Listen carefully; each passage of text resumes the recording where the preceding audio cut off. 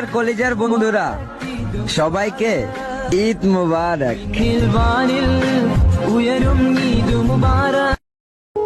I miss you বন্ধু। এবার কুরবানি ঈদেও তোদের সাথে থাকতে পারলাম না রে।